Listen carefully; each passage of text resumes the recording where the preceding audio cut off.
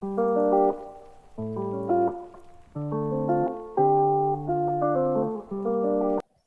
tal? Buenas tardes, muchas gracias. Nada más quería comprobar si se escucha bien la intervención. Todo Sí, bien. Ok, muy bien. Pues bueno, antes de iniciar a presentarles la breve reflexión que preparé para este encuentro, aprovecho para agradecer el esfuerzo que ha hecho el proyecto de Delfos Filosofía Aplicada. La organización de este tipo de encuentros requiere mucho trabajo y mucha organización para revisar todos los trabajos y organizar, bueno, todo el esquema del evento, ¿no? Y desde luego también estoy agradecido por la oportunidad de tener este breve espacio para compartirles un poco del trabajo en el que me encuentro desarrollando ahora en el doctorado y que más allá de hacerlo autorreferencial, quisiera aprovechar la oportunidad para enmarcarlo precisamente en la temática que ahora nos reúne a todos, ¿no? Que es la pregunta por la filosofía aplicada. Y en este caso va a ser pues un ejercicio muy particular de cómo puede aplicarse, si queremos decirlo de esta manera, la reflexión filosófica en el campo disciplinario de la economía. Bien, voy a presentarles unas pocas diapositivas para acompañar la presentación. Bien, ¿ya se ve la pantalla? Sí, ya se ve. Muy bien. Bueno, como ya señalaron, yo les voy a ofrecer una pequeña reflexión, filosofía, ética y economía en torno a la propuesta de Enrique Dussel. Antes de iniciar propiamente con digamos, la propuesta de filosofía económica que nos ofrece Enrique Dussel, particularmente en sus 16 tesis de economía política, me interesa presentar un poco el contexto de lo que podríamos definir como una filosofía económica o en la clave, digamos, en la que se están generando todas estas reflexiones, en cómo aplicar la reflexión filosófica en el campo de la economía. Y creo que, digamos, la pregunta que nos permite al menos abrir una línea de investigación y de discusión en esta temática es la de qué significa pensar en economía, entendiendo economía, al menos en este ámbito, como la disciplina económica y no tanto como la realidad económica propiamente dicha, ¿no? Bien, para introducir un poco entonces la cuestión de qué significa comportarse reflexivamente o producir teóricamente proposiciones de un corpus que podemos determinar como económico, cabe señalar una distinción que es clásica en, en las academias y en las facultades de economía, quizá no tanto en las de filosofía, pero bueno, para presentarla solo de manera preliminar, cabe decir que hay una distinción que puso sobre la mesa a mediados del siglo XX Joseph Schumpeter, que fue un economista austriaco muy reconocido a lo largo de todo el siglo XX. Quizás Schumpeter y Keynes son de los economistas más emblemáticos del siglo pasado. Y bueno, Schumpeter, él va a ofrecer una distinción en su historia del análisis económico, de tratar de diferenciar, digamos, distintas modalidades de tratar de captar cómo es la producción teórica en economía, qué es lo que nos permite, digamos, comportarnos reflexivamente en el campo de la ciencia económica y, desde luego, para, digamos, describir con cierta fidelidad, digamos, o con cierta pretensión de cientificidad la realidad económica. Entonces, Joseph Schumpeter lo que va a tratar de ofrecer, que desde luego eso va a ser una polémica, pero para el caso solo nos interesa, digamos, esa distinción porque nos permite discutir ahora, es que por un lado él va a concebir el pensamiento económico como, digamos, todo este seguimiento de los productos teóricos de los economistas que tiene en cuenta, digamos, explicitar el contexto histórico en el que se produjeron esos discursos económicos con pretensiones de cientificidad. Y digamos, este pensamiento económico entonces estrictamente no se aboca entonces a tratar de ver la rigurosidad lógica que puede tener, no sé, ciertos axiomas o ciertos teoremas económicos, sino que también va a integrar otra serie de determinaciones al análisis, principalmente de carácter histórico, pero también ideológico. Y por otro lado, va a decir Joseph Schumpeter, estaría otro proceder u otro modo de entender todas estas contribuciones de la ciencia económica, que sería el análisis económico. Y Joseph Schumpeter va a entender por análisis económico más bien toda esta producción teórica de los economistas, pero purgada un tanto, o lo más posible que se pueda, de todas estas querellas que son más bien históricas y más bien ideológicas.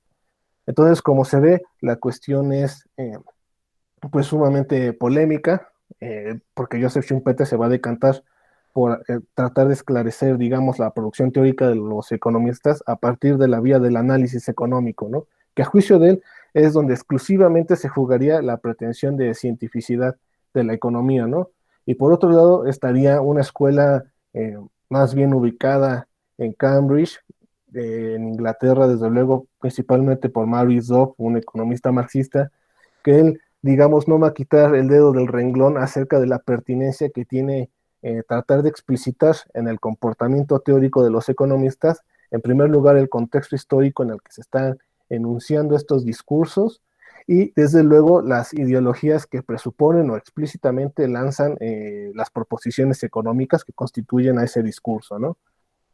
Entonces, digamos, presentando un poco esta querella que dio mucho de qué hablar a mediados del siglo XX, creo que en ese sentido la economía puede adquirir nuevos horizontes o quizá instrumentos analíticos o formas, digamos, de reflexionar acerca de su propio quehacer si se comunica con el discurso filosófico, ¿no? Y en este sentido, a mí lo que me interesa un poco dialogando críticamente con esta señora propuesta de Joseph Schumpeter es tratar de señalar o demostrar el carácter discursivo que tiene la economía en tanto disciplina con pretensiones de cientificidad, ¿no?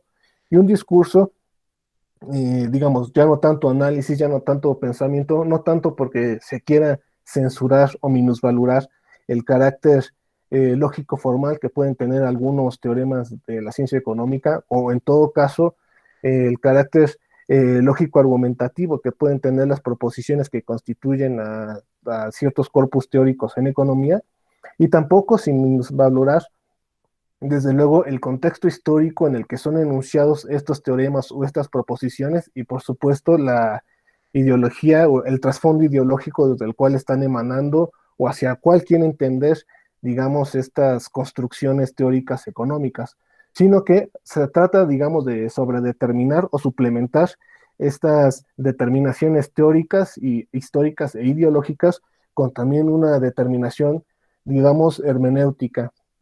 Es decir, creo que en la ciencia económica, y eso lo trataré de indicar en la siguiente diapositiva, digamos, con toda este comportamiento modelístico, todo esta creencia de querer calcular eh, la totalidad del comportamiento económico y que echó por tierra, digamos, otras formas de aproximarse a entender la realidad económica que fueran ajenas a este comportamiento probabilístico y del cálculo.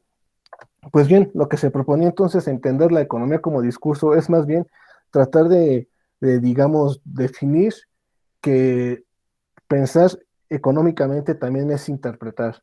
Y en ese sentido, creo que la economía podría servirse mucho de las herramientas hermenéuticas que la filosofía ha desarrollado particularmente, que será a partir de los 60s y 70s, ¿no? Particularmente toda esta herencia que vino de la fenomenología y que después bueno, amplió todo el campo hermenéutico, ¿no? Y veremos más adelante cómo existen unas propuestas bien interesantes de cómo han tratado de engarzar estas dos perspectivas, ¿no? Entonces, digamos que una primera condición de la reflexión que trato de ofrecerles ahora es tratar de entender que el pensamiento económico también se juega en un campo de interpretación, también está inscrito, si queremos decirlo así, en un círculo hermenéutico, donde, digamos, la forma en la que se postulan ciertos axiomas o se constituyen ciertos teoremas, o incluso en el modo en el que se organizan ciertas proposiciones que pretenden dar cuenta o razón económica de la explicación de un fenómeno, pues también allí está inscrita cierta interpretación, ¿no? Y a la interpretación, desde luego, no solo se van a jugar estrategias exclusivamente epistemológicas, sino que ahí también van a estar engarzados determinaciones históricas y, por supuesto, también algunas determinaciones ideológicas, ¿no? Entonces, digamos que la economía como discurso trata un poco de cuestionar un poco la perspectiva del pensamiento económico y la del análisis económico, pero nunca sin la pretensión de generar una, digámoslo así, una perspectiva sumaria o sintética del conjunto de las perspectivas que hay en la ciencia económica, sino más bien entenderlas como dijera Kant en el caso de la metafísica, como un campo de inacabables disputas, así va a decir Kant, ¿no? Entonces, en la ciencia económica es lo mismo, ¿no? Digamos, una suerte, un campo donde, digamos, ahí lo que lo dota de pulso, de movimiento o de avance en el desarrollo de las proposiciones económicas y de los teoremas económicos es justamente el conflicto de las interpretaciones. Entonces se trata de explicitar ese acceso hermenéutico que existe en la formulación del razonamiento económico. Ahora bien, sirviéndome un poco con a ver, permítanme, sí, siguiendo un poco con la idea que Zizek va a formular en su conocido texto de visión de paralaje, yo la tomo prestada para un poco tratar de diferenciar que las investigaciones económicas, una vez que estamos, digamos, no estableciendo, digamos, unas reglas metodológicas de cómo pensar el fenómeno económico capitalista, sino dando un paso lógicamente anterior, que consistiría más bien en preguntarnos en si la metodología en el razonamiento económico es únicamente, es decir, solo tiene un camino o tiene varios caminos, y por qué tiene varios caminos, ¿no? Entonces, digamos que esta pregunta metodológica que es anterior a, digamos, adentrarnos ya al estudio de la cosa económica misma, más bien consistiría en tratar de diferenciar que existen distintos comportamientos o distintos accesos también a la cosa económica misma, ¿no?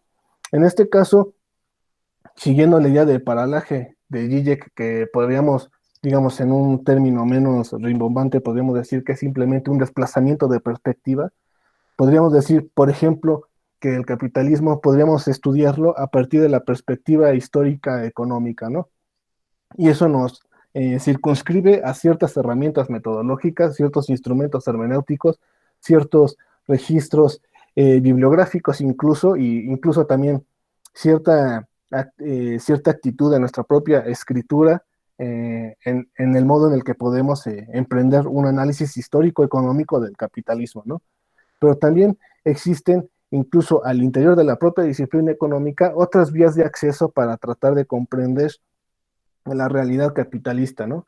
Una podría ser a partir de la economía aplicada, que bueno, en los departamentos de economía esto se entiende por análisis un tanto más estadísticos acerca de estos fenómenos, que ciertamente podríamos decir que no necesariamente se remiten a estudios históricos, pero ciertamente su narrativo y su objetivo es distinto, ¿no? Pero también se está inscrito al interior de la disciplina económica.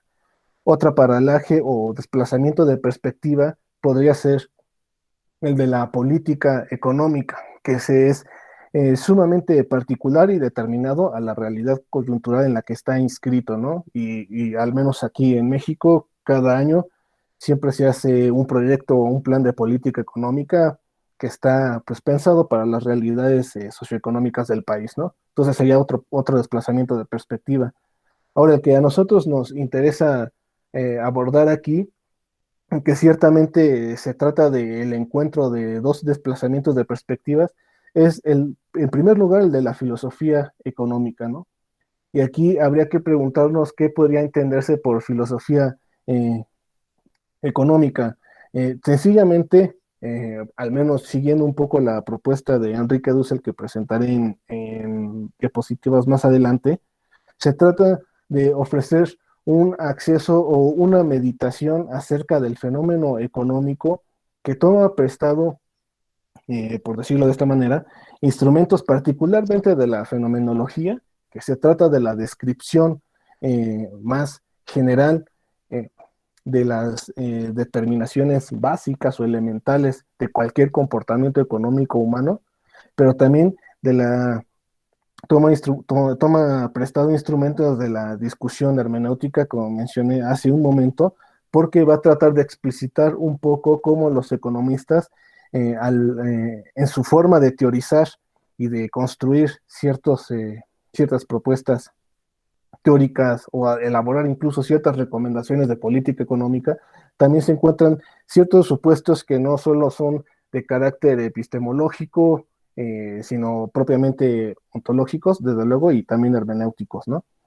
Y, y por otro lado está la perspectiva o la paralaje que acompañaría a esta perspectiva de la filosofía económica, que es más fenomenológica, estaría la perspectiva de la ética económica. La ética económica lo que trataría de explicitar o mostrar la reflexión económica, que resultaría, digamos, un tanto ajeno al modo en el que generalmente se enseñan las facultades de economía, pues la teoría económica convencional, es que en la ética económica se trata un poco de engarzar o de, digamos, el modo en el que se piensa o reflexiona economía ahora con el modo en el que se reflexionaba sobre la economía en los griegos, por ejemplo, particularmente en Aristóteles, aunque desde luego también en la escolástica de particularmente de Tomás de Aquino, ¿no? Y digamos, ¿cuál es la pertinencia un poco entonces de plantear la ética económica? Que ahí va a tratar de ligar la preocupación particularmente de los intercambios económicos con una idea de justicia y desde luego la idea de la redistribución de la riqueza con la idea del bien común. Entonces, digamos que estas son unas temáticas que se encuentran ahora dando mucho de qué hablar en algunas corrientes de economía contemporánea, ¿no? Y finalmente, digamos, para cerrar un poco este trayecto o este breve punteo de temáticas que se encontrarían, eh, digamos, como respuesta o quizá como caminos para responder la pregunta de qué significa pensar en economía, estaría la propuesta de una economía hermenéutica, que es la que ofrece Jesús Conil, que es un catedrático valenciano, que él, digamos, es colega de Adela Cortina, que ella es igualmente una catedrática de Valencia, muy conocida por sus trabajos de ética y demás, pero Jesús Conil va a trasladar un poco estos trabajos de ética que abrevan mucho, digamos, de la tradición de Habermas, de la teoría de la acción comunicativa y por supuesto de Carlo Toapel. Ellos van a tratar de establecer cómo desde la ética del discurso se puede generar ciertos vasos comunicantes con lo que se hacen en las reflexiones o, digamos, en las investigaciones económicas, ¿no? Y entonces él va a hablar de la economía hermenéutica, tratando de explicitar un poco lo que comenté en un inicio, ¿no? Al menos las investigaciones económicas se encuentran en un campo de conflictos interpretativos, ¿no?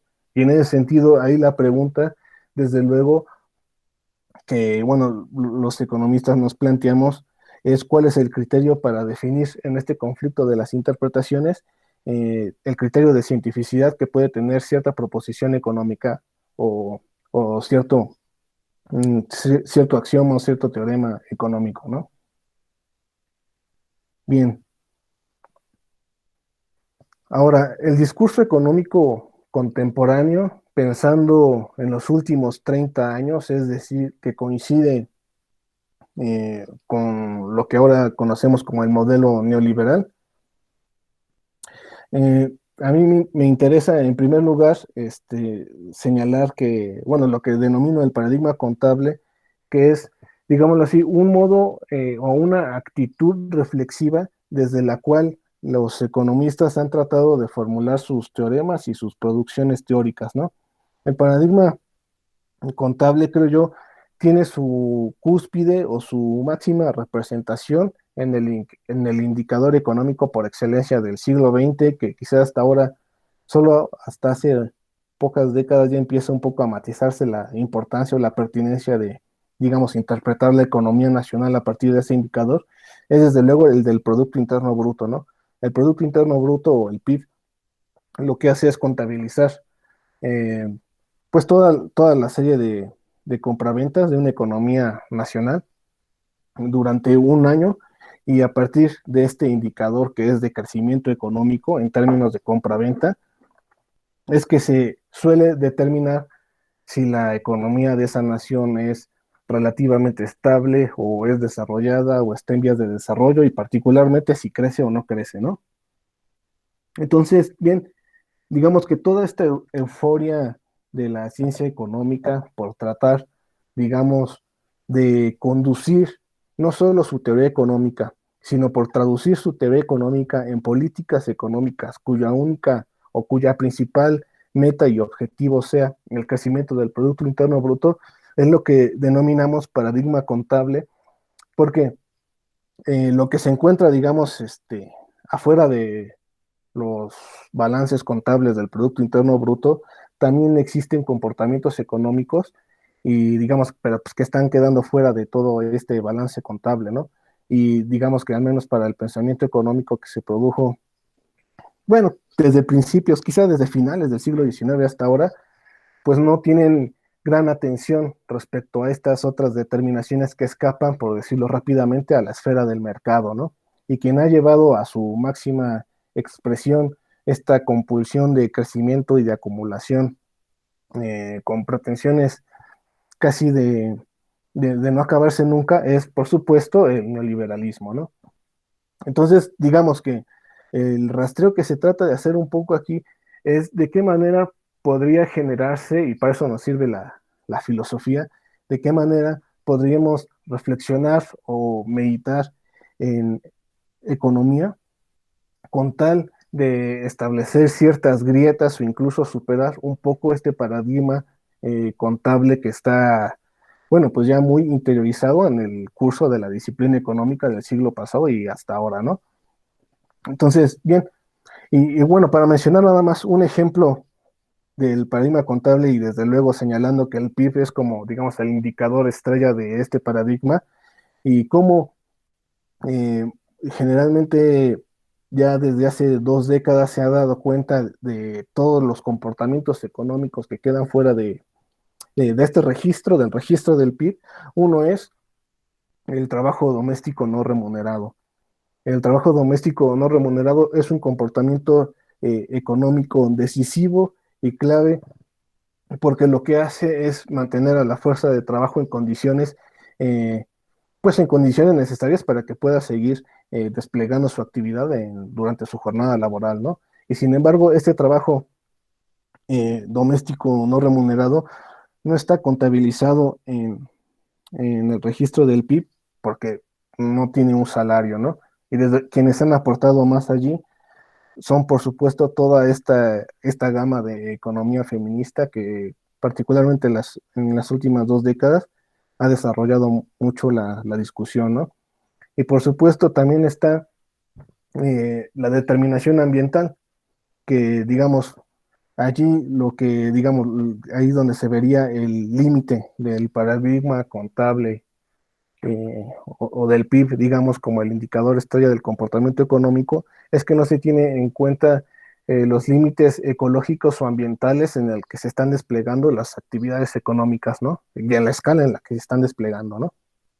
Entonces, digamos que lo que ahí, tomando prestado la noción de Dardot y Laval, que son dos filósofos franceses que se dieron a la tarea de reflexionar acerca del neoliberalismo, ellos denominan razón neoliberal porque como se mencionó en 2 mesas anteriores de este encuentro, la racionalidad no es una cuestión unívoca, sino que tiene cierta flexibilidad, ¿no? Y tanto es así que existe una racionalidad que es de carácter neoliberal, ¿no? Y la racionalidad neoliberal, por supuesto, yo creo que es de los temas más discutidos actuales y no exclusivamente del campo de la economía, sino particularmente de la filosofía política. Y allí, bueno, se han generado distintos debates, que para el caso lo único que me interesa señalar es que una determinación, digamos, más característica de esta razón neoliberal es que al menos en la producción teórica en economía se parte de un individualismo metodológico y donde se presupone que los agentes económicos se comportan de forma racional, entendiendo racionalmente que individualmente cada uno se comporta buscando su propio beneficio, ¿no? Eh, eh, sí, su propio beneficio, no tanto, no exclusivamente como consumidor, sino también como productor. Y lo que se presupone, digamos, a partir de estos comportamientos individuales en los que cada uno va buscando su mejor beneficio, porque son entidades racionales, se presupone, para algunos dirían metafísicamente, que la sociedad puede llegar a una cierta estabilidad o a un cierto equilibrio porque todos sus agentes son racionales, ¿no? Y si este equilibrio económico no sucede, es porque existen externalidades que impiden a estos agentes comportarse racionalmente, ¿no? ¿Cuáles serían estas externalidades? Pues una de ellas, a juicio de, digamos, todo el equipo de ideólogos que conforman esta razón neoliberal, es, por supuesto, no el Estado en cuanto tal, sino cierto comportamiento del Estado, ¿no? En el que restringe ciertos mercados o en el que protege ciertas industrias nacionales, etcétera, ¿no? Bien, ahora, lo que, digamos, la propuesta de Enrique Dussel entonces va a ser, digamos, que en primer lugar hay que señalar que no es la única propuesta que existe de una economía alternativa que se ofrezca no solo post-neoliberal, sino que de alguna manera busque fracturar lo que denomina el paradigma contable. Es una de tantas y bueno, a nosotros nos interesa porque ciertamente está localizada en América Latina y su discurso se enuncia pensando en las problemáticas que aquejan pues a nuestra región que es socioeconómicamente dependiente, ¿no? Pero hay otras propuestas, ¿no? Aquí nada más hice un listado brevemente, ciertamente no voy a detenerme a explicar cada una de estas, ¿no? Únicamente las enuncio, unas de los bienes comunes desde los 90, Elinor Ostrom, Premio Nobel de Economía, la primera mujer en ganar el Premio Nobel de Economía, que publicó ese libro a principios de los 90, y los bienes comunes ciertamente ya es una temática muy actual que trata de fracturar un poco este dualismo entre lo público y lo privado, ¿no? Aquello que es común particularmente señalado hacia los recursos naturales, ¿no? Cómo habría que gestionar este asunto por fuera del esquema de la propiedad pública estatal nacional y por supuesto por fuera de la propiedad privada empresarial, incluso transnacional. Otro es el capitalismo progresista de Joseph Stiglitz, también el premio Nobel de Economía en 2003, 2001, a principios del siglo XXI, y él está más convencido de que al menos a través del aparato estatal y de instituciones es posible conducir el mercado hacia el bienestar común. Esa es una propuesta. La otra es la propuesta de economía, Pierre Calin, un economista francés. Él más bien va a tratar de proyectar su análisis económico desde la teoría de la gobernanza y sobre todo a partir de instituciones más de carácter mundial y cómo a partir de allí se podrían generar pues ciertos lineamientos institucionales, supranacionales también incluso, que pudieran orientar la economía un poco hacia sus raíces que son más bien, que tienen que ver más con el cuidado y no tanto con la generación de rentabilidad, ¿no? Otro es una metáfora de Kate Raworth, que también es una economista eh, británica, si no me equivoco, y la economía rosquilla en general es porque hace un diagrama que tiene una forma de rosquilla, ¿no? Pero lo interesante de Kate Raworth es que ella va a tratar de señalar un poco cuál es el límite ecológico o ambiental que debería tener cualquier tipo de proyecto económico, ¿no? También es una propuesta muy interesante. Otro, Esther Duflo, que ella es la segunda mujer en ganar el Premio Nobel de Economía. Ella participa en el Laboratorio de Lucha contra la Pobreza y tiene tratados bien interesantes de cómo repensar la cuestión de la pobreza a partir no solo, digamos, de postulados o axiomas o modelos de los manuales clásicos de teoría económica, sino que ella lo que trata de hacer es un análisis eh, basado en experimentos, los llama así, empíricos que ha hecho en India, ¿no? Y cómo, digamos, estos experimentos permiten visualizar o delimitar un poco el margen de acción que pueden tener las políticas públicas o las instituciones en ciertos contextos. Entonces, es muy interesante porque, al menos metodológicamente, esto ya nos implica otra actividad reflexiva en el modo en el que hacemos pensamiento económico, ¿no? Porque ya está muy ligado al contexto regional o incluso nacional o local pues, de ciertos lugares, ¿no? Por otro lado, quizá más conocido aquí en América Latina, están las propuestas de economía social y solidaria de Juan Carlos Pérez Meniguer. Bueno, Menduguren, él hizo pues un análisis más bien, una aclaración conceptual entre economía social, economía solidaria, empresa social, etcétera. Y él lo que va a tratar de mostrar a partir de su cartografía es cómo estos tipos de ejercicios tratan de romper un poco con el paradigma empresarial, como digamos, como si fuera la única modalidad de proveer de productos a las sociedades, ¿no? Y entonces ahí se implementan otro tipo de organizaciones productivas y por supuesto otras modalidades de intercambio y también las más interesantes que son otras modalidades de financiamiento, ¿no? En Alemania está Christian Felber, él ofrece una economía del bien común, que también es interesante, él también va a poner sobre la mesa la cuestión del bien común y siempre refiriéndose a Aristóteles, por supuesto, y él va a hacer un balance del bien común que en algunas empresas europeas ya tiene cierta incidencia por supuesto, ahí la prioridad de las empresas orientadas en la economía del bien común es que la prioridad no es exclusivamente la rentabilidad, sino también ver, digamos, la organización de los trabajadores y, por supuesto, la pertinencia que puede tener su producto para la sociedad. Otro lado, quizá el eh, más conocido, al menos quizá de oídas por gran parte de las ciencias sociales y humanidades, es Tomás Piketty, en su reciente libro de Capital e Ideología, nos va a tomar por sorpresa, o al menos así lo hizo para mí, y va a hablar de socialismo participativo, que en general él no está arraigando, como uno podría sospechar a un inicio, eh, propuestas marxistas, sino que él más bien está un poco ofreciendo una vía fuertemente institucional y por supuesto restablecer o dotar de pertinencia al Estado en la dirección o en la conducción de la economía, pero también, digamos, tratando de destronar un poco esta ideología de la competencia para en su lugar colocar la cuestión de la cooperación. Y finalmente está la económica de la liberación de Enrique Dussel, que es la que voy a presentar ahora en los minutos que quedan. De Enrique Dussel no voy a hacer la cronología de su vida, quizá en México suele ser un poco más conocido porque desempeña su actividad académica aquí. Quizá lo único que me interesa señalar de su cronología es que la filosofía económica de Dussel que voy a presentar ahora se circunscribe exclusivamente a lo que denomino su periodo de estudios marxianos, que es la penúltima línea que ustedes pueden ver, del 81 al 93, y al periodo que yo denomino el Dussel definitivo, que es a partir del 93 al 98, ¿no?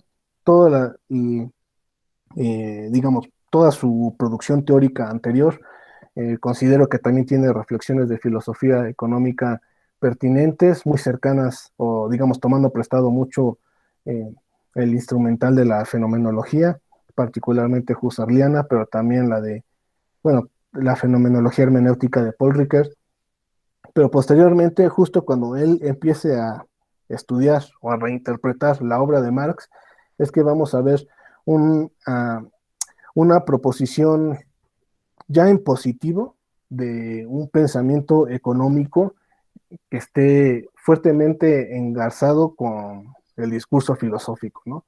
Algo que propiamente podemos interpretar como una filosofía aplicada en el campo de la ciencia económica. Bien, entonces, nada más de aquí no me voy a detener a explicar todo su periodo de estudios marxianos, me interesa más la fase o el momento definitivo. Bueno, de aquí solo quizá me interesaría señalar que en estos cuatro libros en donde Dussel va a reinterpretar eh, a Marx, lo que nos va a ofrecer es una relectura bastante inusual, no solo en América Latina, porque digamos aquí en América Latina fue una cuna de lecturas inusuales, pensemos en Mariátegui, por ejemplo, sino que también es una lectura bastante inusual, yo creo que incluso para pues las formas más heterodoxas en que se leía a Marx en Europa, ¿no? Pensemos, no sé, en George Lukács sin su énfasis en conectar a Marx con Hegel, o no sé, bueno, en Adorno y Horkheimer, con su dialéctica del iluminismo y demás, ¿no? Pero bien, lo que nos va a ofrecer Enrique Dussel de manera un tanto heterodoxa o inusual, digo yo, es tratar de reinterpretar un poco el Marx maduro, es decir, aquel que estaba redactando ya el Capital, a través de la fenomenología o de la ética metafísica, si queremos nombrarla así, de Emmanuel Levinas. ¿Cómo es posible entonces hacer una lectura metafísica en el sentido que Levinas le atribuye a esta palabra, leer la obra de Marx? Pues bien, Dussel lo que va a hacer es entonces es una crítica ético-económica del capital. Digamos que el principal postulado hermenéutico desde el cual Dussel va a tratar de hacer esta reinterpretación de Marx es que, a su juicio, toda la crítica que podemos encontrar de Marx en El Capital y en sus manuscritos preparatorios de El Capital, en realidad estaban, digamos, posicionados desde una convicción ética de carácter, dice él, metafísico, ¿no? Pero aquí lo importante es ver qué entendemos por metafísico. Aquí el sustantivo metafísico no significa lo mismo que para Marx significaba metafísico cuando criticaba, por ejemplo, a Hegel o a Feuerbach, ¿no? Para Dussel, la ontología, y ahorita vamos con la metafísica, la ontología alude a ese campo dice él, de la totalidad de relaciones sociales de producción que están inscritas en el capitalismo. Es decir, todos aquellos que se encuentran con alguna participación en el mercado se encuentran al interior de esta totalidad o de esta ontología económica que es el sistema capitalista. Un ejemplo básico o elemental de esta ontología económica es la relación contractual entre un trabajador asalariado y entre un empresario capitalista, ¿no? Ambos participan de esta ontología o de esta totalidad del sistema económico capitalista porque uno se encuentra desempeñando su actividad productiva durante una jornada laboral y el otro es propietario privado de todas las condiciones materiales que permiten al trabajador ejercer esa actividad productiva, ¿no?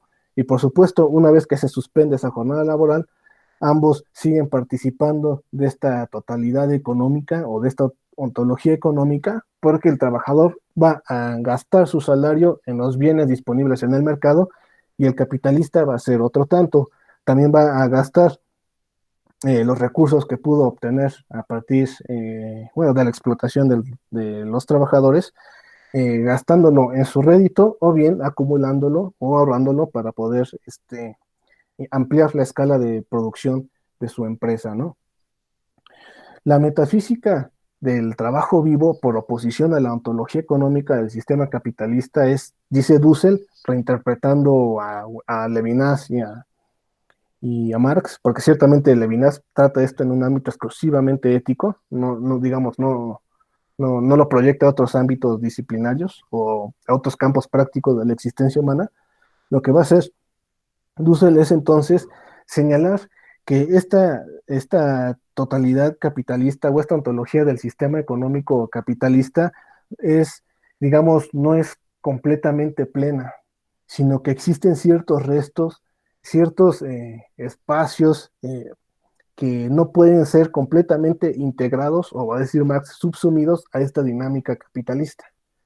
Y entonces, precisamente a este resto, a esto que sobra o a esto que dice Dussel se encuentra afuera, se encuentra en posición de exterioridad, va a decir Dussel siguiendo a Levinas, es, digamos, una posición metafísica, y bueno, y lo separa con guión, ¿no? Para evitar confundirlo con la acepción general que se tiene de metafísica después de Heidegger, ¿no?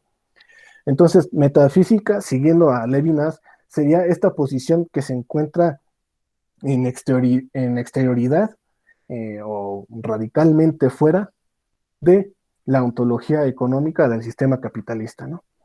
Entonces, va a decir Dussel, y eso lo va a tratar de mostrar con citas muy bien escogidas de Marx, que, digamos, eso que se encuentra o eso que excede a la totalidad capitalista y que no puede ser integrado de forma plena, es el propio trabajador, dice él, en cuanto trabajo vivo, dice, en cuanto persona. Y entonces, digamos, esto va a ser las dos principales claves hermenéuticas con las que Dussel va a reinterpretar a Marx. Porque si esto es así, significa, va a decir Dussel, que en Marx no podríamos interpretar su materialismo exclusivamente como solían hacerlo el materialismo histórico y el materialismo dialéctico clásico del siglo XX, como la postulación de una materia con mayúsculas en un espacio trascendental a partir del cual nosotros estamos determinados, ¿no? Sin que lo sepamos, ¿no? En todo caso, va a decir Dussel, siguiendo a Levinas y bueno, y leyendo con Levinas a Marx, Marx está presuponiendo que habría una subjetividad, pero no trascendental en el sentido kantiano, sino trascendental en un sentido levinasiano. Es decir, una subjetividad que se encuentra en un espacio metafísico en cuanto está, digamos, en cuanto está determinado éticamente. Para él, las personas, el trabajador en cuanto a trabajo vivo, es una persona y en tanto que es una persona siempre en vinculación con los otros, se comporta éticamente. Y a juicio de Dussel, en su reinterpretación de Marx, digamos, sería una de las principales claves de lo que le va a permitir formular un materialismo ético. Para Enrique Dussel, en su reinterpretación de Marx, entonces, la cuestión, digamos, fundamental es que habría una determinación comunitaria o intersubjetiva a priori que no puede ser del todo subsumida en la totalidad capitalista. Y precisamente por esta vinculación a priori o intersubjetiva, este cara a cara ético que existe entre una persona y el otro, es que se puede pensar desde allí, desde esa posición, una alternativa a la totalidad o a la ontología del sistema capitalista, ¿no? Digamos que tratar de explicitar este espacio metafísico que a juicio de Dussel es de carácter ético y no inconsciente o psicoanalítico como lo sería para Lacan o Zizek y otras interpretaciones, digamos que se tiene que presuponer o en todo caso indicar y mostrar que hay este espacio metafísico porque de otra manera no habría posibilidad ni siquiera de reflexionar una alternativa a la totalidad vigente, que en este caso es la capitalista. Y por supuesto, no había una posibilidad fáctica de generar ciertas condiciones materiales o incluso institucionales hacia esa alternativa postcapitalista, ¿no? Entonces, de allí la pertinencia que va a tener para Enrique Dussel tratar de localizar este espacio metafísico, ¿no? Y por último, nada más para concluir esta parte, él va a darle una importancia muy fundamental a la cuestión de la dependencia económica, particularmente en los países periféricos que conforman pues, al mercado mundial capitalista. Y digamos que la clave de interpretación de esta situación de dependencia de los países periféricos, va a decir Dussel, ahí discutiendo más bien con el marxismo latinoamericano, que esta posición es homóloga a la que Levinas había dado al otro, ¿no? Es decir, la periferia capitalista ocupa este lugar del otro y precisamente porque tiene esta posición de no una completa subsunción al sistema capitalista, es que puede pensar o prefigurar o incluso criticar al capitalismo hacia otras economías alternativas. Bien, ya para finalizar, entonces después, bueno, una vez que Dussel reinterpreta a Marx de esta manera, dándonos, digamos, un panorama, digamos, pues bastante creativo de cómo apropiarse de la crítica de la economía política, él va a ofrecer décadas después unos enunciados filosófico-económicos, que aquí el gesto filosófico es distinto. En el primero se trataba de una operación hermenéutica de las obras de Marx, de madurez de Marx, a partir, entre otras cosas, de la ética de Manuel Levinas.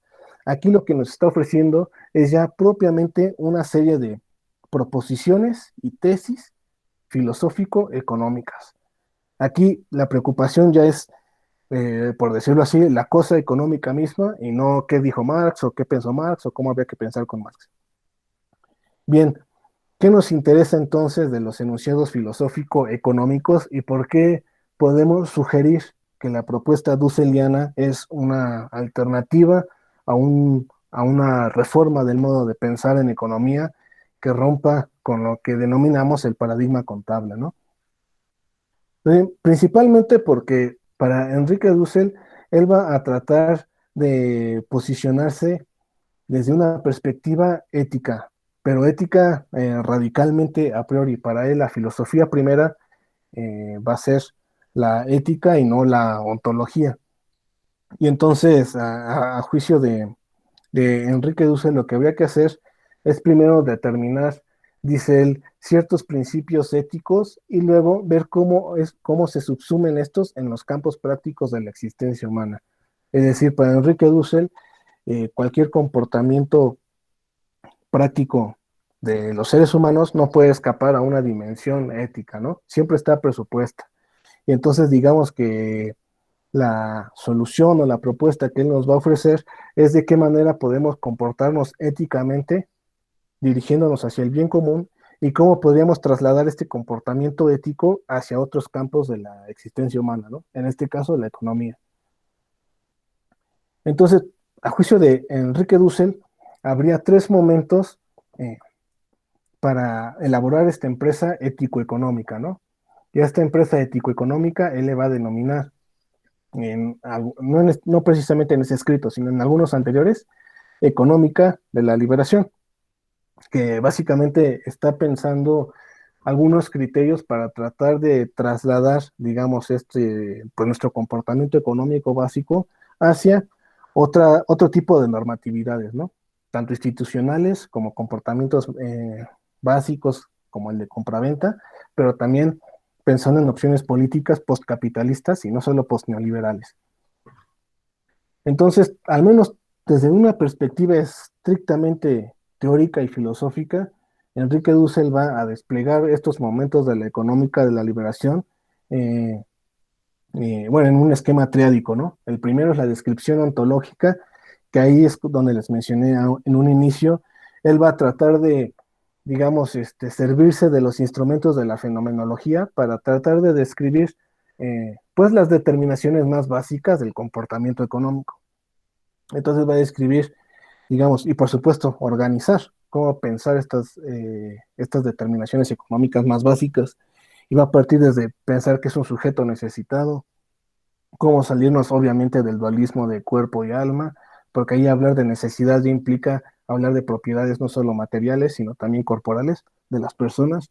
También hablar qué podemos entender por un bien, el proceso de intercambio en su estructura más básica, si es posible, por ejemplo, eso nos permitiría preguntarnos si es posible un intercambio sin mediación del mercado, cuáles son sus límites, cuál debería ser la dinámica del consumo, si es necesario inscribir, digamos, pues, un límite de mesura al consumo, por ejemplo, qué es el comportamiento productivo de los seres humanos, si la producción es exclusiva de la economía, etcétera. Todas estas, y por supuesto también todas eh, pues toda la querella, yo creo, más fina se juega en qué podemos entender, y él va a hacer una diferencia bien interesante entre mundo, cosmos y naturaleza. Y digamos que todo esto va a estar expuesto en una serie de proposiciones muy claras y, como mencionó, a partir de un instrumental fenomenológico, bueno, muy palpable en la primera parte de sus tesis, ¿no? Un segundo momento sería el de la crítica negativa del orden vigente, en este caso del capitalismo. Aquí, por supuesto, digamos, lo que va a servir como punto fundamental de toda esta crítica va a ser lo que hizo con Marx, que para Enrique Dussel, Marx es al menos, bueno, hasta ese momento, el crítico más importante del capitalismo, precisamente porque él también se sirvió particularmente de la filosofía especulativa en sentido estricto y no en sentido lato de Hegel para tratar de criticar al capital. Y bueno, ahí digamos es un poco repetitivo ahí lo que va a hacer en su crítica negativa del orden vigente. Va a tratar de mostrar cuáles son las posibilidades que tienen los trabajadores en su calidad de personas de personas y en su calidad ética, ¿no? Con dignidad infinita, va a decir él, siguiendo a Manuel Levinas, ¿no? Y cómo a partir de esa posición es posible prefigurar ciertas fracturas o incluso ciertas transiciones a un orden alternativo al vigente, ¿no? Justo, digamos, al trazar ese límite es cuando Enrique Dussel va a mencionar que también hay que emprender el momento de la crítica positiva, que eso es bien interesante porque a diferencia de otros autores, Dussel va a decir que ese es el límite de gran parte de las izquierdas. O sea, no importa del matiz que sea, o sea, no todas, obviamente, ¿no? Pero una gran mayoría se posiciona exclusivamente desde una crítica negativa del capitalismo y su bandera es exclusiva la del poscapitalismo, pero en realidad eso no dice absolutamente nada, ¿no? Es como, igual como ahora se hace incluso desde políticas públicas, particularmente aquí en México, que se habla de un modelo post-neoliberal, pero en realidad no hay una claridad de qué se requiere decir con ese post, ¿no? Es necesario dar el paso adelante de la crítica positiva, de la creación institucional, va a decir Enrique Dussel, ¿no? O sea, proponer realmente qué queremos que siga en, después del capitalismo, ¿no? Es decir, abandonar estos neologismos transitivos y atrevernos a pensar qué es lo que realmente se quiere hacer. eh, bueno, desde luego planteando que se supere el capitalismo, ¿no? Y para Enrique Dussel, que también creo que ese es va a ser uno de eh, bueno, uno de los aspectos más polémicos para ciertas corrientes de izquierda es que él va a apostar por una transición de carácter institucional, ¿no? Entonces, digamos que la economía alternativa, lo que habría que pensar es no en abolir el Estado, y ahí, con perdón de los anarquistas que van a entrar en una polémica. Bueno, yo creo, ¿no? Que eso va a ser la polémica o la principal crítica que le harán a Enrique Dussel. Tampoco va a ser abandonar el mercado, ¿no?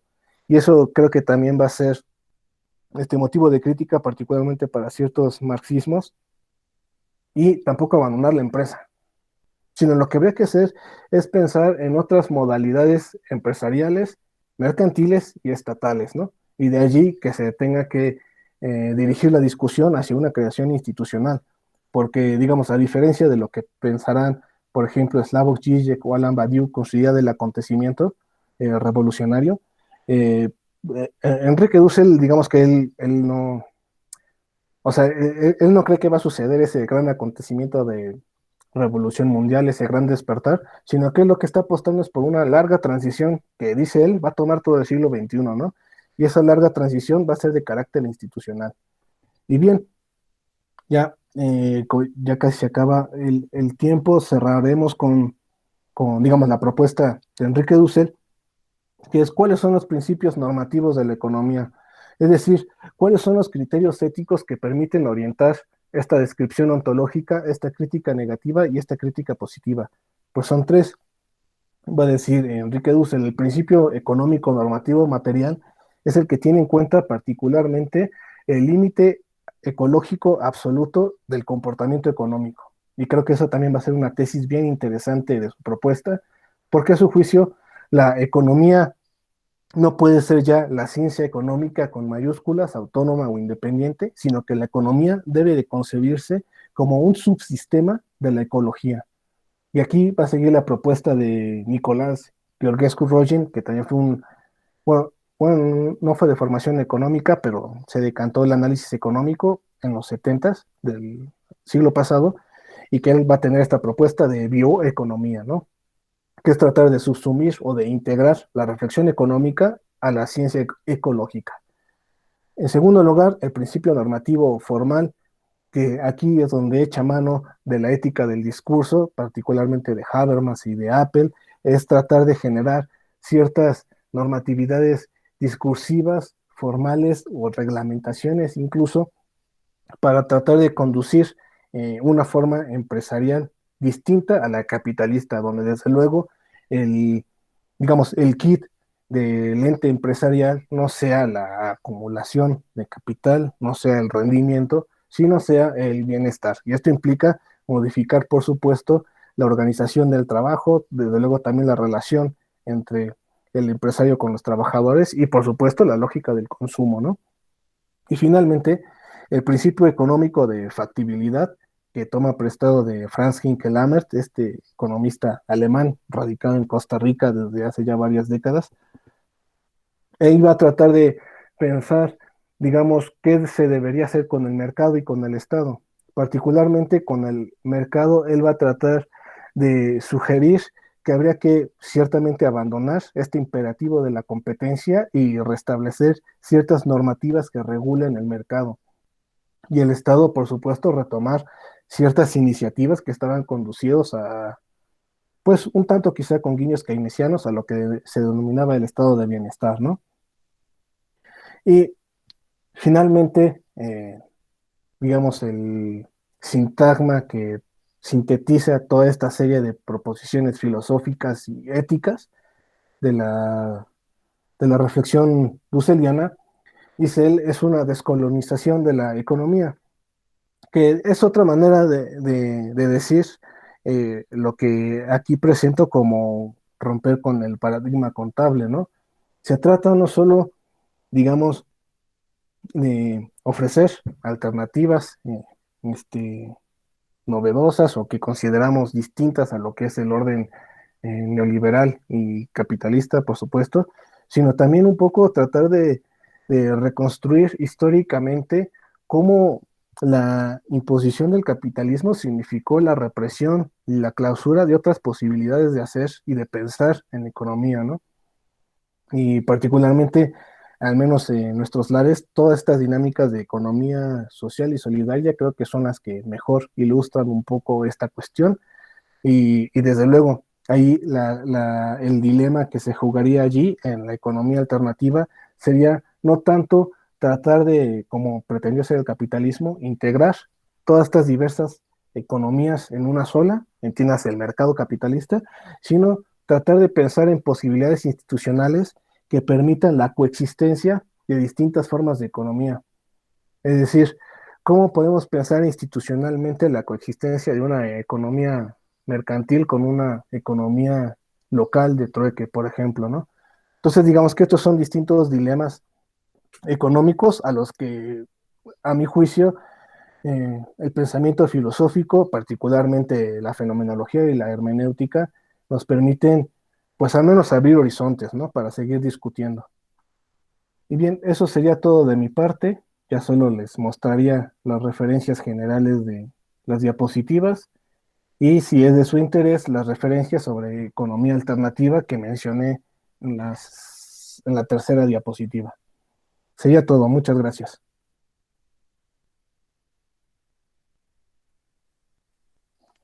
Gracias por su interesante presentación. Ahora daremos paso a la sección de preguntas. Si alguien tiene algún comentario o duda, puede levantar la mano o escribirlo en el chat. Francisco, buenas tardes. Una pregunta, no llegué a tiempo al principio de la conferencia. Una pregunta, ¿eres economista? Sí, sí, economista. Ah, ok. Una pregunta, no sé si ya hayas leído el libro de la estrategia del Océano Azul de Chang Kim. Dentro de esa perspectiva y con todo lo que plantea Enrique Dussel, ¿crees que los océanos azules sean una pequeña respuesta a lo que él está proponiendo? ¿O crees que, como lo plantea también en el libro, que en el mundo siga habiendo economías y empresas de océanos rojos, en el cual las empresas y el hombre sigue siendo un lobo para el mismo hombre, donde siempre se cumple este ciclo de la empresa de nacer, crecer y morir de las empresas, y no hay ahí este, una como ética o respeto más también por el trabajo de las empresas y de los hombres? Sí, bueno, al menos desde la perspectiva de Enrique Dussel, él está en la posición de que cualquier tipo de comportamiento económico, y en este caso cierto tipo de organizaciones o de dinámicas, digamos, de organizar el trabajo o incluso los propios servicios económicos, todos ellos presuponen ciertos postulados éticos, ¿no? Digamos que esa es su posición, ¿no? Que reconozco que puede ser discutible, ¿no? Y por otro lado, eh, tratar de establecer si cierta organización o cierta modalidad de dar cabida a procesos productivos o servicios cumplen con ciertos criterios éticos, en este caso los principios normativos que nos ofrece Enrique Dussel. Creo que ahí sí habría, como Adela Cortina hace ella hace investigaciones de ética empresarial, habría que ir caso por caso, ¿no?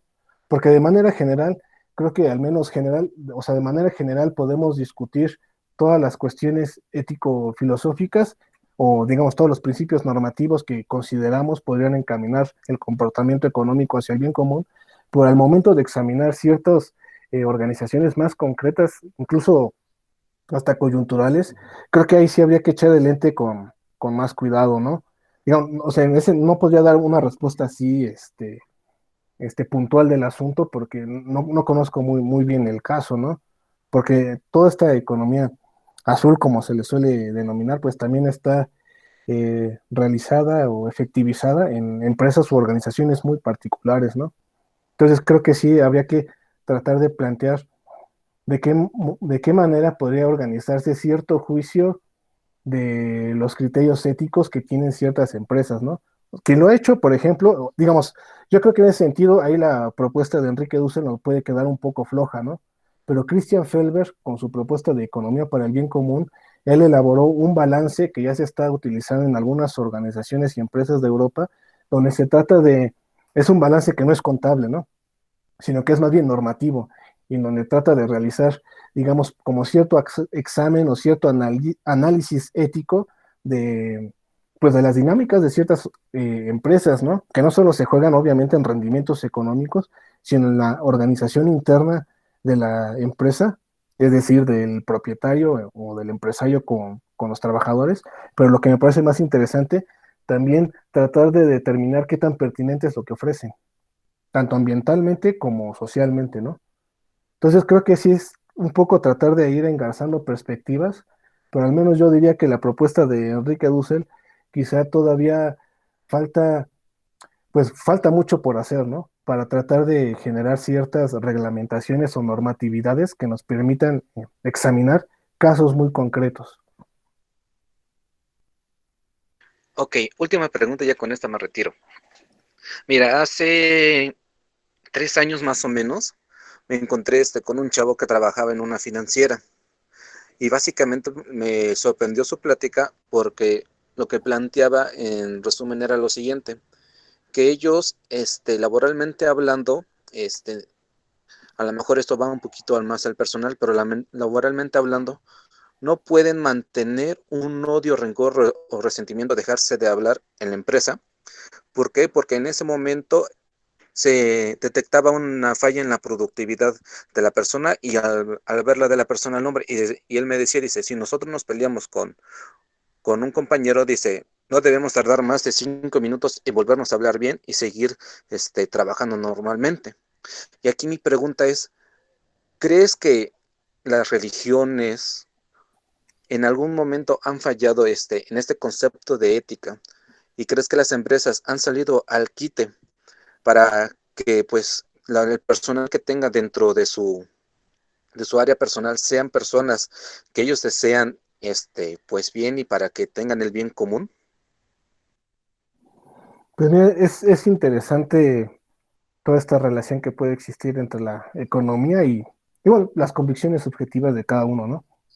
En ese sentido, creo que los estudios que se han hecho, al menos de economía del comportamiento y de la economía con la psicología, pensemos en Richard Thaler, que le dieron el premio Nobel hace como 3 años, y él va a tratar, digamos, su tesis, que es muy sugerente, es que los agentes económicos somos irracionales.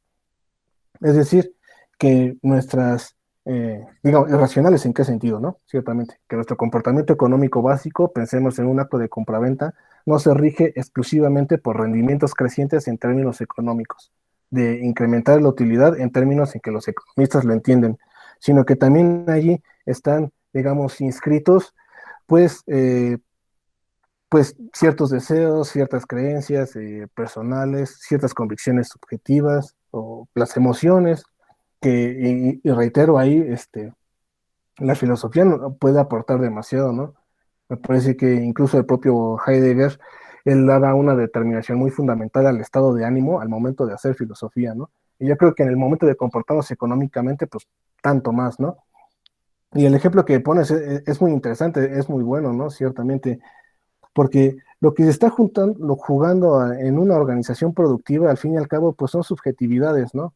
Que en ese sentido, ahí sí, como diría Dussel, no están plenamente integradas a la totalidad capitalista, sino que hay un espacio de exterioridad, en tanto que son personas, en tanto que tienen, se comportan éticamente y son sujetos con dignidad, por supuesto, eh, pero pues también ciertamente hay estados de ánimo y hay ciertos conflictos que tanto pueden eh, confluir a la dinámica productiva de cierta organización, es lo que Marx denominaba el animal spirit. Por ejemplo, ahí mencionaba unos casos bien interesantes en los que todos los mineros o las constructores, por ejemplo, cuando ellos cantan y existe cierto compañerismo, por decirlo así, particularmente en esa organización productiva, se volvían más productivos, precisamente por ese animal spirit, dice Marx, en el que pues estaban completamente entregados, incluso rítmicamente, a su actividad productiva, ¿no?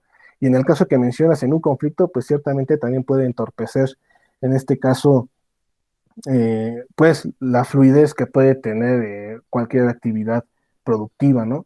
Sin embargo, ahí la pregunta que podríamos hacer es, es también a qué tipo de empresa pues, se encuentra la dinámica general de los trabajadores, ¿no? Es decir, si hay espacio para tratar de, pues, pues un poco de dar solución a estos conflictos que existen al interior de las empresas o si no lo hay, ¿no? O sea, también hay muchas situaciones que se juegan de por medio, ¿no? Pero sin lugar a dudas, todas las convicciones subjetivas y personales que tiene un trabajador, incluso un empresario, se juegan en el comportamiento económico más básico, ¿eh? Hasta en algo tan profano como la elección de un celular y no de otro, por ejemplo, ¿no? Entonces, sí, en efecto, creo que se juegan todas estas series de determinaciones y de allí que sea tan complejo, ¿no?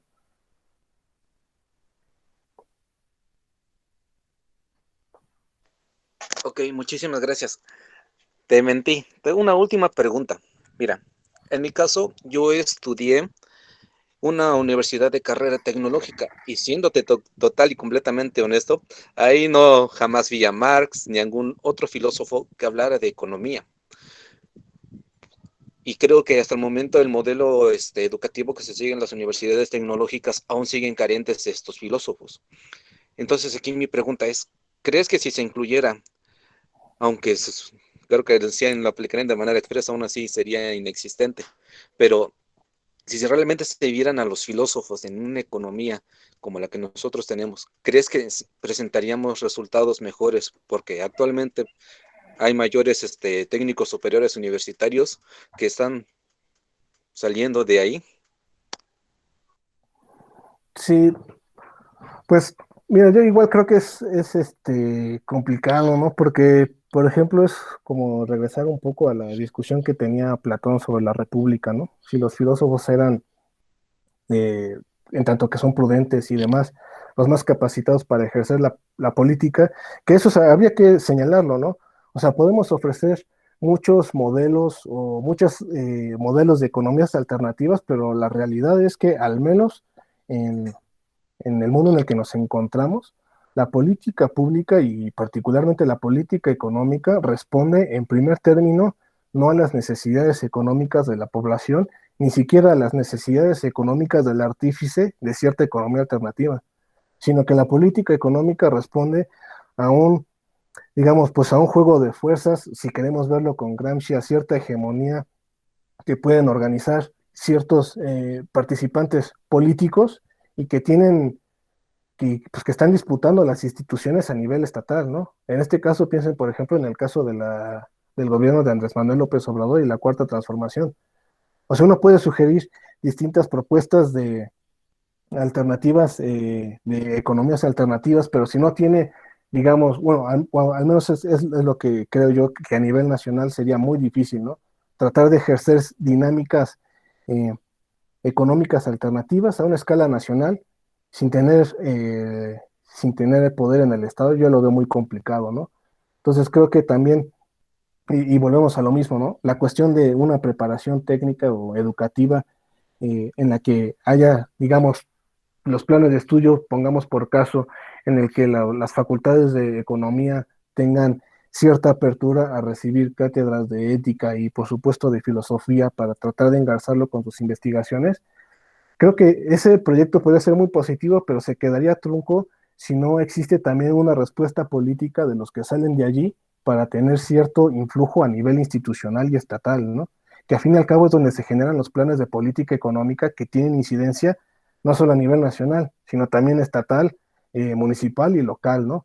Entonces, de nuevo, la situación sí es muy compleja, ¿no? Pero al menos a nivel de formación de, de, pues, de economistas, creo yo, más reflexivos o abiertos a este tipo de discusiones sería sumamente positivo, ¿no? Si los haría mejor o mejores economistas, la verdad ahí sí no tengo idea, ¿no?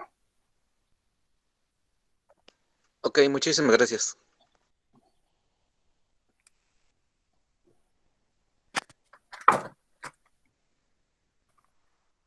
Fabián.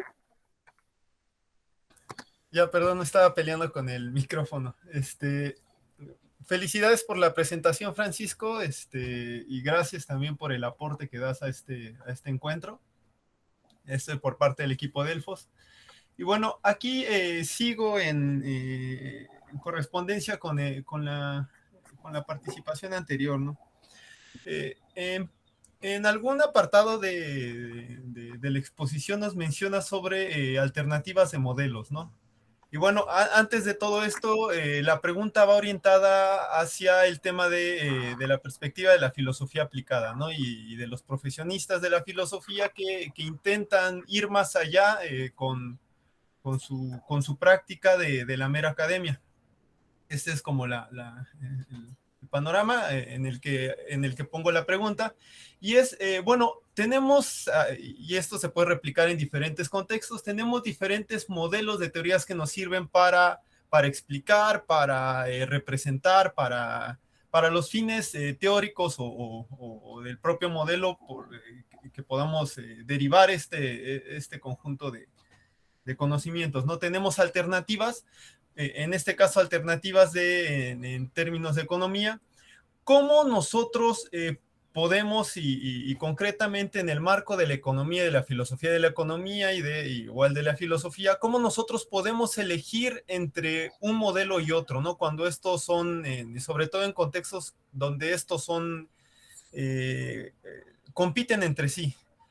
¿Qué criterios, y hablando, yo sé que esta es una pregunta a veces un poco muy general, pero pues hablando de modo sugerente, ¿qué criterios nos puedes proponer tú para poder elegir entre un modelo y otro, ¿no? Sí, quizá retomando un poco la propuesta de Enrique Dussel y que, bueno, eso lo voy a decir, no, o sea, no es casual que Enrique Dussel encuentre tanta simpatía con el gobierno actual de la Cuarta Transformación de Andrés Manuel López Obrador, ¿no? Porque un criterio económico y ético elemental, casi elevado, digámoslo así, axioma de toda la filosofía económica dusseliana, es que la posición de exterioridad a partir de la cual habría que establecer no solo la crítica al capitalismo, sino también la creatividad institucional de economías alternativas, es la posición de la víctima del sistema, que en ese caso no es exclusivamente el trabajador asalariado, sino aquel que queda fuera de la dinámica de ser trabajador asalariado, que para Dussel son los pobres, ¿no? O sea, son aquellos que o sea, es una dinámica en la que uno es tan pobre que ni siquiera puede acceder al mercado laboral, ¿no? Que es sumamente injusto, porque eso te limita, como digámoslo con Jacques Rancière, te limita a poder acceder al reparto de lo sensible, al reparto de lo material.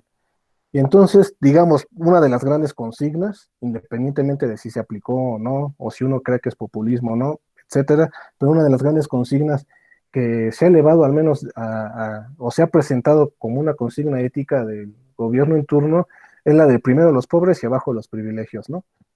¿Cómo se traduce o cómo podemos examinar críticamente si esta consigna ético-económica está siendo realizada efectivamente en, pues en estos 3 años que vamos, ¿no?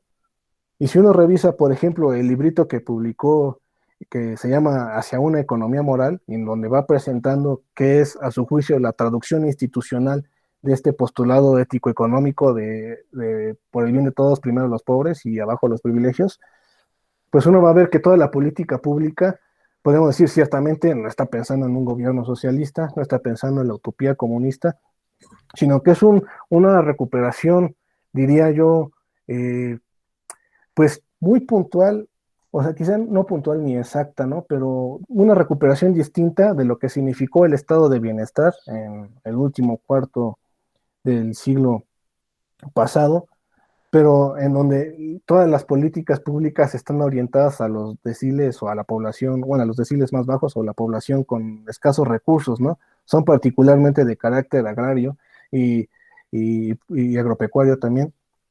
Y por supuesto también toda la serie de apoyos que se está dando a poblaciones de escasos recursos, a los estudiantes, piensen ustedes, o también incluso los recursos que se están dando a los adultos mayores, ¿no? A los ancianos, que si uno mira las estadísticas de la población trabajadora que tiene acceso a pensión, pues la minoría es la única privilegiada que puede tener acceso a eso, ¿no? Entonces, digamos, uno podría tratar de criticar que quizás se está utilizando de manera conveniente, retórica, este postulado ético-económico, o que la traducción institucional de este postulado ético-económico no es adecuada, es insuficiente, o en realidad que, pues sí, simplemente se trata de pura mercadotecnia y no tiene que ver uno con lo otro, ¿no? Pero creo yo que habría que estar como que un poco abierto a ver las experiencias actuales, ¿no? Y en ese sentido, creo que al menos para mí, en mi opinión, un criterio, o sea, irrenunciable para poder tratar de, no sé, como dices, ¿no? De elegir un modelo de economía alternativa o dirigir la discusión y la dirección de políticas económicas hacia esa dirección, hacia ese modelo, es que sí, uno debe partir desde un inicio de redistribuir. Y redistribuir implica darle más recursos, o sea, darle más recursos económicos a los que no tienen, ¿no? Y esos son los pobres, ¿no? O sea, ese es el nombre, son los pobres. Y creo que ese es un criterio que sí es irrenunciable, ¿no? Porque al menos el gran mito o el gran cuento que los economistas contaron o a los que hicieron políticas públicas en el pasado es que primero la economía nacional iba a crecer y después íbamos a distribuir. Y eso nunca sucede así. Entonces, por eso el primer punto, creo yo, debe ser la redistribución. Y de allí que, por ejemplo, personas como Piketty incluso sean tan interesantes porque el punto de partida es una, es una reforma fiscal que implique, obviamente, incrementar los impuestos o poner un tope incluso de ganancias a ciertas corporaciones, lo cual es bien interesante para tratar de canalizar todos esos recursos a gente menos favorecida, ¿no? Entonces, al menos esa sería mi opinión. Muchas gracias. Bueno, una segunda pregunta. No sé si alguien más quiera formular. Si hay alguien, pues que la formule y ya me paso al final. Y bueno, supongo que no. Y bueno, desde la práctica económica y en tu posición como formativa híbrida, ¿no? Pues también tienes formación como filósofo y otras áreas. Eh, y también desde el punto de vista profesional, ¿cómo logramos la transición entre nuestras prácticas teóricas, nuestro desarrollo de modelos, a que estos se implementen, a que lleguen a la práctica? También yo sé que es una pregunta sumamente general y sumamente incluso ambiciosa, ¿no? En la respuesta, pero aquí yo pregunto sobre todo en tu experiencia, ¿no? ¿Cómo se logra consolidar este salto de las especulaciones, del nivel especulativo que tenemos a veces en filosofía, al nivel de la implementación y de la incidencia filosófica en la práctica económica, ¿no? Sí, a nivel nacional, yo considero que, o sea, la respuesta es entrarle a la realpolitik, o sea, hacer política, y eso al menos en la normatividad jurídica y política de nuestro país, eso se hace por vía electoral, ¿no? Pero para eso también hay trabajo de base, ¿no? Y un ejemplo muy interesante de esto, que de nueva cuenta no, digamos, no es en ánimos de justificación ni nada, sino que creo que es un ejemplo que nos permite ilustrar este punto, es recientemente el presidente colocó como a la cabeza de la tesorería de la federación a la doctora Elvira Concheiro, que si uno la conoce, sus trabajos eh, están canalizados hacia el análisis político y social, ¿no? Y entonces, digamos, tiene un conocimiento, digamos, pues de cómo hacer política de otra manera, ¿no? Y por supuesto con un compromiso social irrenunciable, ¿no? Y ahora, entonces en ese sentido yo diría, podemos formar economistas o filósofos incluso interesados en economía y economistas interesados en humanidades, pero creo que la incidencia a nivel nacional al menos, eso se juega en el terreno de la política, ¿no? Y por eso hay que hacer también pues trabajo de base, ¿no? O sea, militancia como algunos han hecho, ¿no?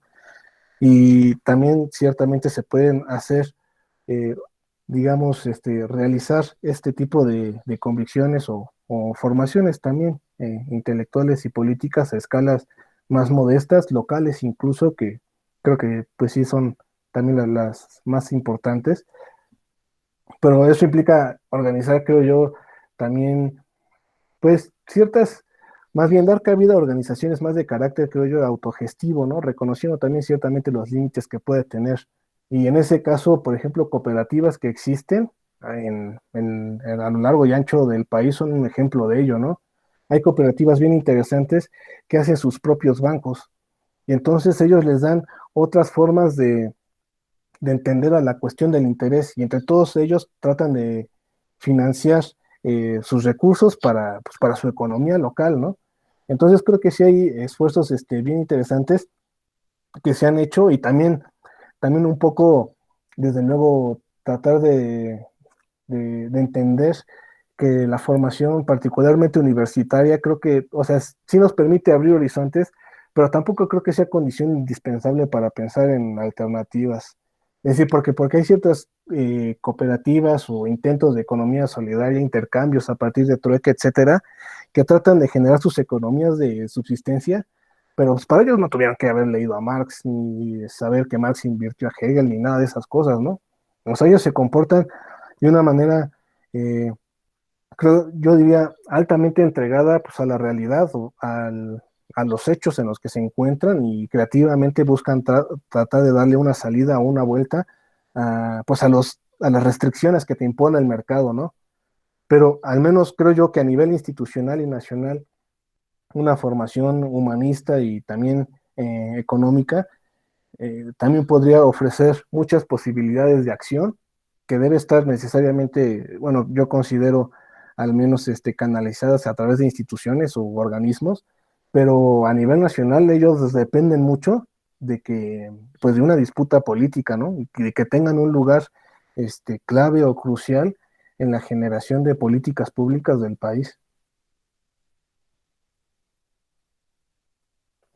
Muchas gracias, Francisco. Ahora sí ya hay otra pregunta de mi tocayo. Fabián Reynoso.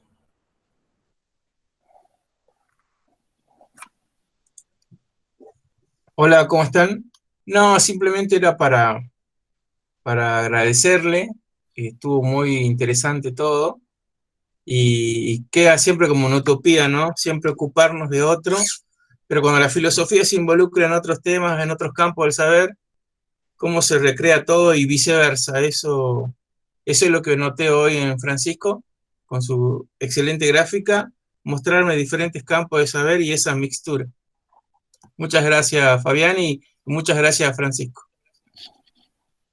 Muchas gracias.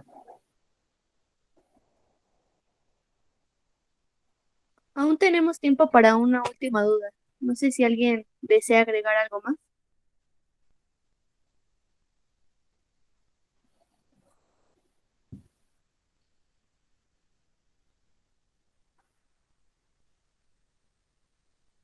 Bien, dado que ya no tiene ¿Alguien más algo que agregar? Se agradece por hacer esto posible al equipo de Delfos, nuevamente a José Francisco y a todos los asistentes.